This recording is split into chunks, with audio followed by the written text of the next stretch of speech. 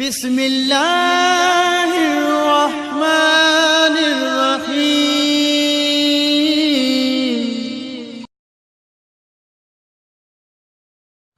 औज़ुबिल्लाहि मिनश्शैतानिर्रजीम। बिस्मिल्लाहिर्रहमानिर्रहीम। अल्हम्दुलिल्लाहि लिअहलिही वस्सलातु वस्सलामु अला अहलिहा। नाज़रीन इकराम, अस्सलामु अलैकुम वरहमतुल्लाहि वबरकातुहू। मोहतरम नाज़रीन, तारिफ़ नवाब अरबा जे मौज़ू ते हिकु दफ़े ॿीहर ॿी निशिस्त में अवां जे ख़िदमत में हाज़िर थियो आहियां। गुज़िरियल प्रोग्राम में असां पहिरियों नाइब उस्मान बिन सईद जे मुतालिक़ मुख़्तसरन गुफ़्तगू कईसीं। अॼु ॿी नाइब ख़ास मोहम्मद बिन उस्मान बिन सईद अलैहि रहमा जे मुतालिक़ गुफ़्तगू कंदासीं। ही नाइब अवल जा फ़र्ज़ंद हुया।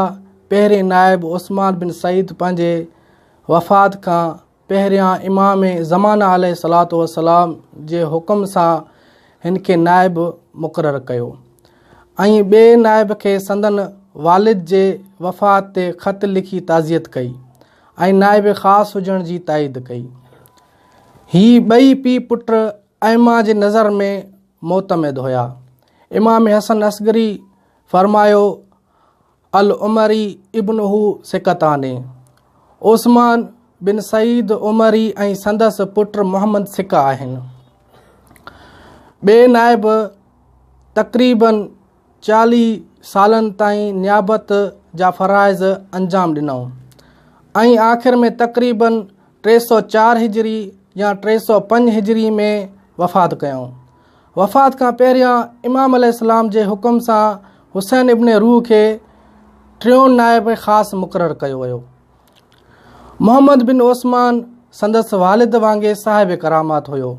जीअं ई वाक़ियो मिले थो त जाफ़र इब्न मतील चवनि था त मोहम्मद बिन उस्मान मूंखे तलब कयो ऐं कपिड़नि जी हिकु थेली ऐं कुझु दरहम ॾिनई ऐं फ़रमायऊं, फलां जॻह ते वञ, जेको शख़्स पहिरियां तोखे मिले ही सामान उन जे हवाले कर।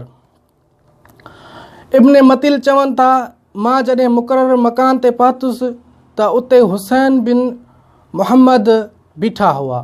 मां सलाम कयो ऐं नाइब इमाम मोहम्मद बिन उस्मान जे नाले चयो त ही अमानतूं मोकिलियो अथसि। उन ते उन शख़्स ख़ुदा जो शुक्र अदा कयो ऐं चयईं, मोहम्मद बिन अब्दुल्लाह आमिरी जो इंतकाल थी वियो आहे। मां उन जे कफ़न लाइ हाणे ई निकितो हुउसि। जॾहिं त उन थेलीअ खे खोलियो त उन में हिकु कफ़न ऐं दफ़न ऐं ॿियनि उमूरनि लाइ मुकमल पैसा बि मौजूदु हुआ।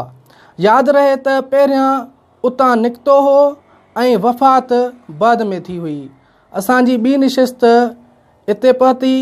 इंशाअल्लाह वरी टी निशिस्त में 3 नाइब खे ज़िक्र कंदासीं। वस्सलामु अलैकुम।